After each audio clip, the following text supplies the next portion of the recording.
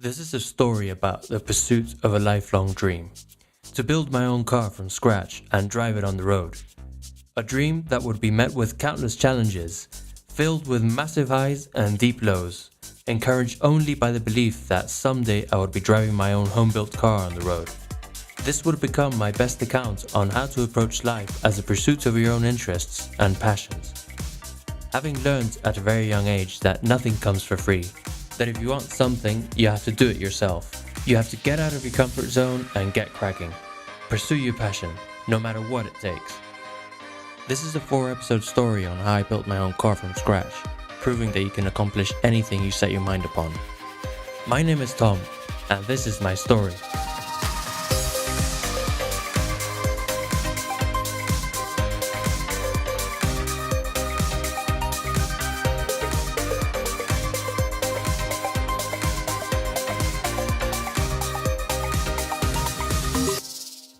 Well, it all started at the tender age of 1, when my dad sat me on his lap in front of a steering wheel. He started the engine and began revving the car, while I grabbed the steering wheel, but I was only tall enough to see the instruments move about. As a child, the only toys I played with were cars. I was fascinated with the complexity of the machine and how it could be ultimately dominated by 2 hands and 2 feet. By the time I was 3, I was able to recognize cars by make and model. I was pathological about cars. Nothing else interested me. At the age of 5, I climbed on my very first go-kart during a family holiday. I was thrilled about driving the machine finally, only to realize that go-kart, even by 5-year-old standards, was slow. I had to completely back away my left foot in the hopes of getting the most speed out of that thing. So back home, my dad would sometimes take me out on the family car on a private road, and he'd let me steer while he operated the pedals. At that time, we had a big V8 Merc, one of these SCL 500s, I think it was. We called it the frigate. Being able to control such a thing with my tiny hands, even if it was just for a little while, was enough for me. The seed was planted. I became completely obsessed with cars from then on. But why did I want to build my own car? Well, I was always a curious tinkerer. By that I mean I would grab my dad's toolbox, fist a screwdriver out and dismantle anything that came across me. Siempre porque andaba con un destornillador, te agarraba un electrodoméstico, lo miraba, lo investigaba, a ver dónde estaba el motor, cómo venía el cable, cómo salía el cable. Siempre estaba desarmando cosas. Después la montaba así porque sí. I once dismantled the TV just to see how it worked on the inside, only to find afterwards that I didn't know how to put it back together, or that I had lots of screws, But slowly I began to understand how things worked by dismantling them, and driving my parents crazy in the process. But by learning how to dismantle and reassemble things, I realized the power of DIY. Instead of yelping and begging my parents for this toy or that gadget, I came across the simple and inevitable truth that would come to define one of my life's mantra. If you want it, you have to do it yourself. So every single place we went for our family holiday, I'd look around to see if there was a go-kart track nearby. And if I found one, I'd beg my parents to take me there. Even though I wasn't very fond of driving the same dreary infant go-karts, that farted around at 1 mile an hour, I told my dad I was ready to drive the adult karts. My dad somehow believed me because he went to the ticket office and convinced the track owner to let me have a go in the adult go-kart. I sat down in a clearly larger machine. I barely reached the pedals. The steering wheel was right in front of my face, and the seat was way wider than I was. So when the track steward yanked the starter cord on that thing, I knew it was a whole different deal. This time it felt like a rocket. That thing twitched, jumped around, and slid in the corners, pushed me back and against the side of the seat. After that glorious experience, there was no turning back. Those 8 minutes I was given at the wheel went by like the blink of an eye. I needed more, but holidays soon ended and it was time to go back to school, where I'd spend pretty much all my time daydreaming about getting again on that go-kart. I desperately wanted one. Of course, my parents were rather quick to discourage that idea, based on the fact that they were very expensive and rather dangerous, and that they were only meant to be used in a track and not on the road, and there weren't any tracks near home, and I was 8, so all fair points, to be honest. But that didn't stop me. If I couldn't afford one, or rather my parents couldn't or didn't want to buy one, I'd have to find a way to build one. This was the birth of a mentality that would accompany me for the rest of my life. This mentality was further encouraged by the movies and TV shows I was watching at the time, such as Knight Rider, Back to the Future, Miami Vice. But I particularly remember one movie called Days of Thunder, where Tom Cruise plays the role of Cole Trickle. NASCAR driver. I must have seen that movie like at least 100 times. I mean, I could recall by memory every single frame in that movie. But the one scene in the whole movie that really inspired me was when they start building Cole Trickle's new stock car in a barn. That scene was my inspiration. I'd watched that scene in loop, in slow motion, even backwards. So back in school, still 8 years old, I began to spend more time in the library than on the playground. You know, at that age, children would normally read, children's books like Jack and the Beanstalk, Charlie and the Chocolate Factory, or James and the Giant Peach. I would always read the same book. Fundamentals of Motor Vehicle Technology. It was all I was interested in. I have to admit I was a rather poor student because of this. My grades were terrible, my report cards were appalling. It was all because I was dedicating all my time absorbing everything this red book had. This red book that would eventually foster my dream of one day being able to build my own car. By the time I was 9, I began designing cars. Using all the technical specs I had learned from the book, I was confident I could build my own go-kart. How hard could it be? If buying a go-kart wasn't possible, how about building my own? Surely that was cheaper. Y de ahí empezó con el diseño, hacer un manual, y nos entregó un manual. Es que claro, lo que decía, te voy a leer una cosa del manual del carro. O sea, mi futuro carro. Queridos papá y mamá, este carro está motorizado con un motor de un coche abandonado. El coche está cerca de un sitio. Se conducirá por un camino. Hay un mapa en la página 13 de este librito. Material para el coche. Placas de metal, plástico de cables, cables gordos de metal, 2 larguísimos. Pastilla de freno de una bici, barras de acero, el objeto de esto, o sea, un diseño de un objeto, bombillas para el coche y baterías. Cosas que no tenés que comprar, pero tengo que usar. Una taladradora, un alicate, pinzas, caja de herramientas, llave inglesa, picoloro, soplete, puede ser, y un medidor. Un dibujo de la carrocería, cómo montarlo. Claro, es que es una cosa que es impresionante, cómo a los 11 años el forofismo de los coches le había agarrado. Entonces, la pregunta, y desde siempre fue fanático con los coches. So my first attempt wasn't that successful, I have to admit.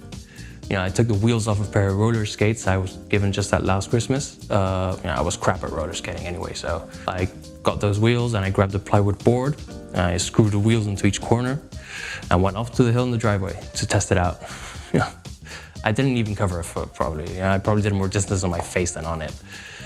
So many iterations of my own go-kart followed, and many injuries later, I realized I probably needed more specialized tools other than a screwdriver and a hammer, which is all I had. So by that time, my parents didn't know what to do to get me off that go-kart building trance. But eventually I did give it a rest after learning, I didn't have the skill or the tools or the money or the space to build a go-kart in. Nevertheless, I kept on reading and studying every single page on that red book. So by the time I was 10, my parents bought a new car. It was a 1996 Mercedes C-Class in a color depicted in the brochure as champagne. I call it baby vomit brown. It's a hideous color. So naturally, I began to tinker with it. I had to see how it worked inside and even learn how to fix minor things that could have otherwise costed my parents a great deal of money in the dealership. So, I worked on the car and began to know it like the back of my hand. I became very attached to that car. I would scour the internet looking for forums dedicated to that car in order to learn as much as possible from it, to see if it could be modified in any way, mechanically or especially cosmetically. Boy, there some cool cars there.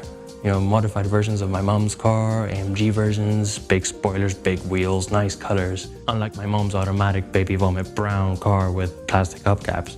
Anyway, these forums had multiple ads on the sides, as most forums do, and I usually ignored them, as most people usually do. But one day I glanced over the weirdest yet most captivating ad I had ever seen on the internet. It was a banner of a book whose title was Build Your Own Sports Car for Less Than £250 and Race It. I had to click on that. I found out it was an ad for a book on Amazon that claimed that you could build your own car from scratch, that you could legally drive it on the road, and all for less than 250 quid. I was skeptical.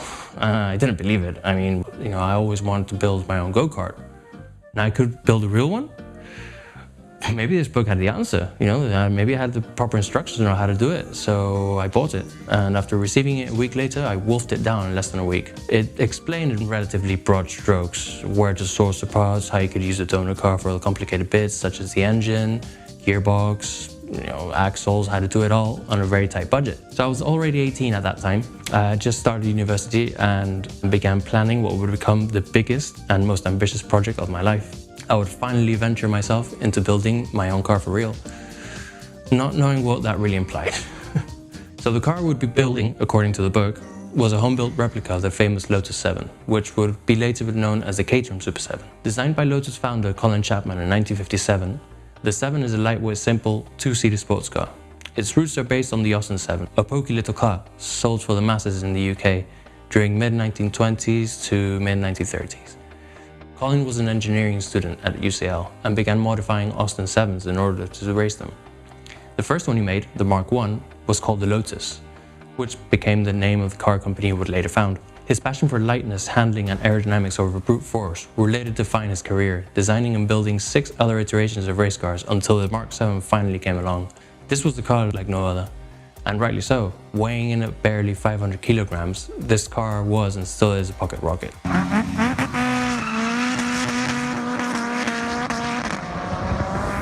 It's the embodiment of Lotus's famous motto, simplify and add lightness. So Lotus Cars began selling the 7 in order to fund its racing team, and at that time in the UK, car manufacturers had to pay a tax for every car they sold, which Lotus couldn't afford. So they began selling them in disassembled kit form, forcing the customer to assemble it on their own in the garage or shed. This way Lotus wouldn't have to pay the tax. However, tax authorities, quickly learned about this new kit car building part of the industry, and so they updated the tax rules, stating that assembly instructions could not be included with the kit. But it didn't say anything about providing disassembly instructions, which the customers simply just had to follow in reverse in order to assemble their cars. So the simplicity of this car makes it an ideal candidate for the DIY project. Its tubular steel chassis and roll bar has an extraordinary stiffness, albeit sacrificing crumple zones. But as this car was and still is very popular in racetracks all around the world, it's seen its fair share of incredible and gnarly accidents. He spun it completely and has come to an abrupt halt. And we've had a bit of that lately. Yes.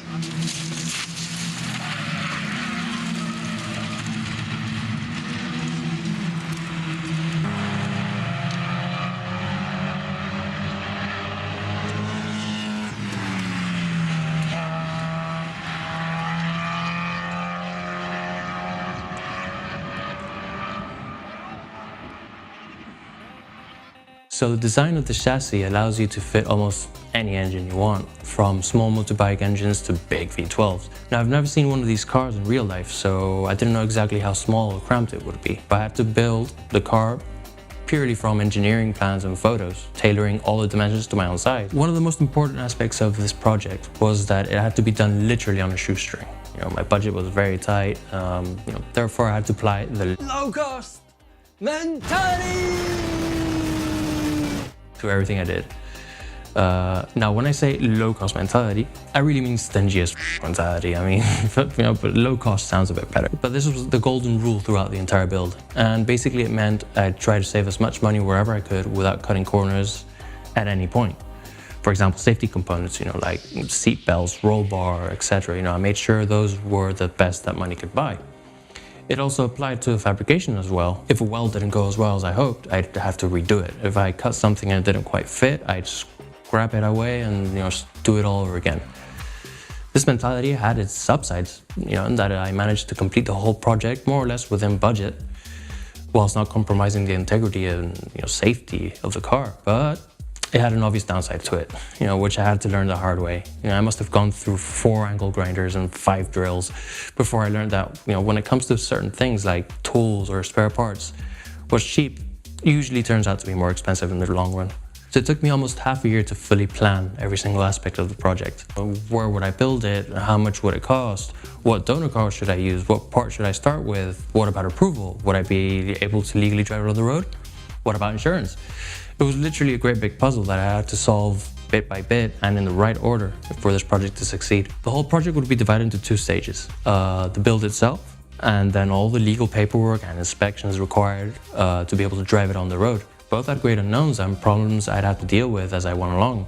You know, for the build, I'd have to plan as much as possible and then make decisions as things came up. So I didn't have the money to rent a workshop, and I had to save almost the entire budget for the donor car, the materials to build this car, and all the tools I needed. So following the low-cost mentality, I decided to use the terrace in my parents' holiday house in Spain as a place to build it. Once I created a draft budget of everything, I went straight into the classifieds to look for a donor car. Now the donor car could have really have been anything, but again, thinking low cost, it had to be a cheap, relatively old car with rear-wheel drive, produced in vast numbers, and whose spare parts would be plentiful and cheap. That narrowed it down quite a bit, and for me there was only one candidate at the time for this. I found a 1987 Ford Sierra with about 200,000 miles on the clock for £200. Perfect. You know, I had just turned 18 and still hadn't taken the exam to get my driver's license, and I was off to buy my first car, a banged up 20-year-old Ford Sierra. So I had to ask my sister if she could drive me to see the Ford Sierra. My sister didn't really understand when I asked her to drive me out to meet a stranger about a scruffy old car. What do you mean a car, Tom? Yeah, I found a car I can use as a donor and I'm going to buy it, and I need you to take me to see it. What? You're buying a car? Don't tell me you're thinking of building a car again. Are you crazy? I want no part of this. You deal with mom and dad when they find out. Anyway, grudgingly, she did eventually take me to meet the owner of the Sierra. That car literally looked like it had just been dragged out of the bottom of the swamp. So I asked him to crank the engine to see if at least it ran. It sounded like it was running on maybe 2.5 cylinders. It spat coolant and oil everywhere, and it stank. Nevertheless, £200 for a car was a bargain. So now I had the keys to a stinky old Ford. Item 1 out of about 1,000 crossed out. Now for the rest. In the next episode, I began to cut and weld the chassis together. This was a particularly arduous job, as I had to cut every single piece by hand and at complex angles. Now the axles were finished, the suspension was sorted, and the car sat on its own feet for the very first time. One of the first things I did to increase its power was to fit a carburetor from a 1998 Yamaha R1 motorbike. If the whole build can be considered a giant puzzle, the wiring was another massive puzzle by itself. I would have to completely build the car there and then disassemble it again in order to take it to the garage. Once in the garage, I went on to reassemble the car, but this time for good.